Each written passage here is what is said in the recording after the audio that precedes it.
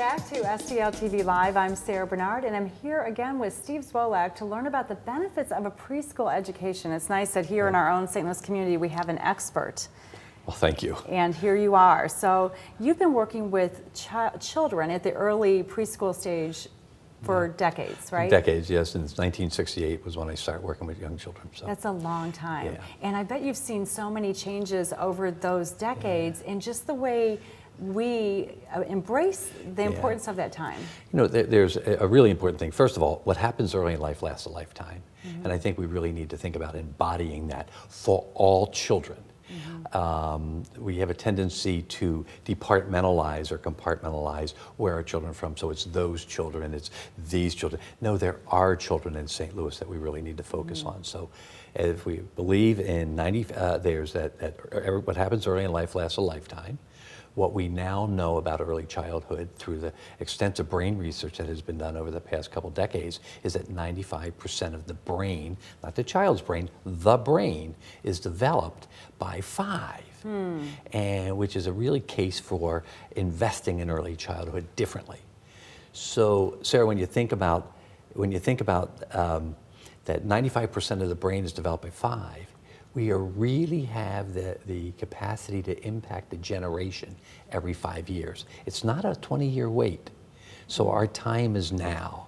So what's the earliest age that you think children should be in some sort of a preschool environment, structured or unstructured as it may be? Well, that's really a rather convoluted question, because you know it's wonderful when children are home with families and with parents, but the pace of our world is changed and has changed. In 1960, 10% of the children in our community were in care outside the home for 40 or more hours. 10% in 1960. Okay, so that's about when you, or a little bit before you came into the picture in terms of your career. And now in 2014, it's about 70% of the children under 5 are in care outside the home, which is an indicator that our society has changed.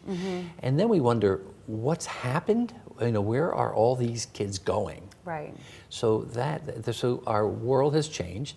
We will often say childhood is changing, and if I do a straw poll, people will say, oh, it's technology and all these things that they think are changing, and they're right, but child development needs are the same. Interesting. And we're losing sight of the fact that children still need mommies and daddies and grandmothers and good soft laps to sit on. And the brain research is validating that. So, talking about technology, is there a role for technology in the early childhood system?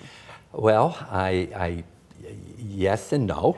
It's not screen time.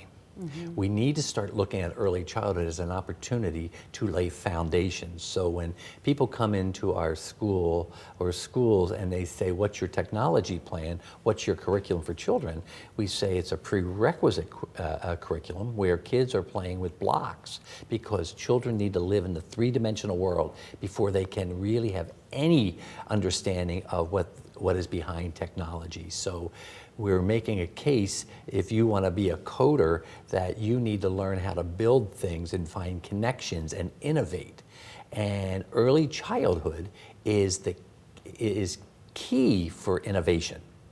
And if we continue to skill drill kids in early childhood settings, we are absolutely damaging their innovative capacities for the future. And now we're all talking about what St. Louis is about. I mean, we are becoming the startup in the tech world, one of the best in the country now. Right. And innovation really starts in infancy. Yeah. But the traditional old-fashioned blocks and toys like that it's still perfectly appropriate and the best thing. It is the best thing. Yeah. It is the best thing. Yeah. So.